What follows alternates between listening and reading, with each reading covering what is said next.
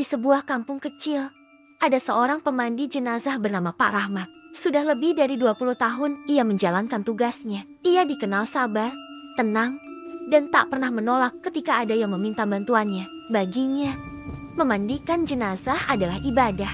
Suatu malam, selepas Isya, ia dipanggil untuk memandikan seorang pria yang meninggal mendadak.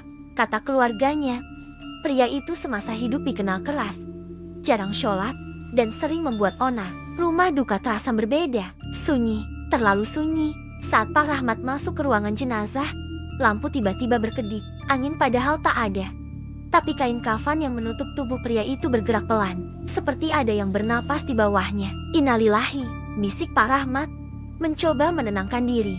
Ia mulai membuka kain penutup wajah. Wajah jenazah tampak pucat kebiruan. Matanya terpejam. Namun ketika air pertama disiramkan ke kepalanya, kelopak mata itu perlahan terbuka. Bola matanya memutih. Pak Rahmat terdiam. Ia yakin itu hanya refleks saraf.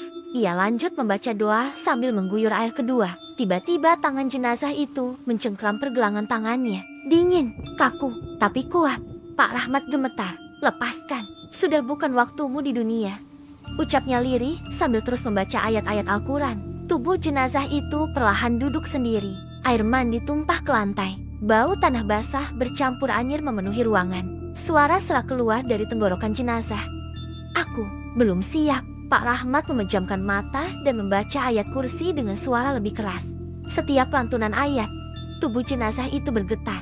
Cengkeramannya melemah, namun tiba-tiba lampu mati. Ruangan gelap gulita. Hanya terdengar suara napas berat. Bukan satu, tapi seperti banyak. Dari sudut ruangan terdengar bisikan-bisikan rendah.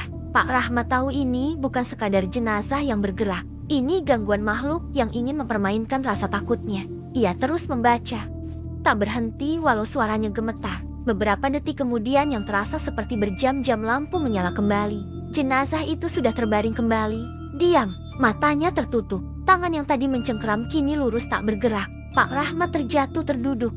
Napasnya terengah. Namun ia tetap menyelesaikan tugasnya hingga selesai, meski tubuhnya lemas. Keesokan harinya, ia mendengar kabar mengejutkan. Beberapa warga yang berjaga malam itu mengaku mendengar suara orang menggedor dari dalam rumah jenazah. Padahal mereka yakin Pak Rahmat sendirian. Sejak malam itu, Pak Rahmat sering bermimpi didatangi pria tersebut. Dalam mimpinya, pria itu menangis dan berkata, "Doakan aku." Gelap sekali di sini. Pak Rahmat pun semakin rajin mendoakan setiap jenazah yang ia mandikan. Tak peduli bagaimana kehidupan orang itu semasa hidup.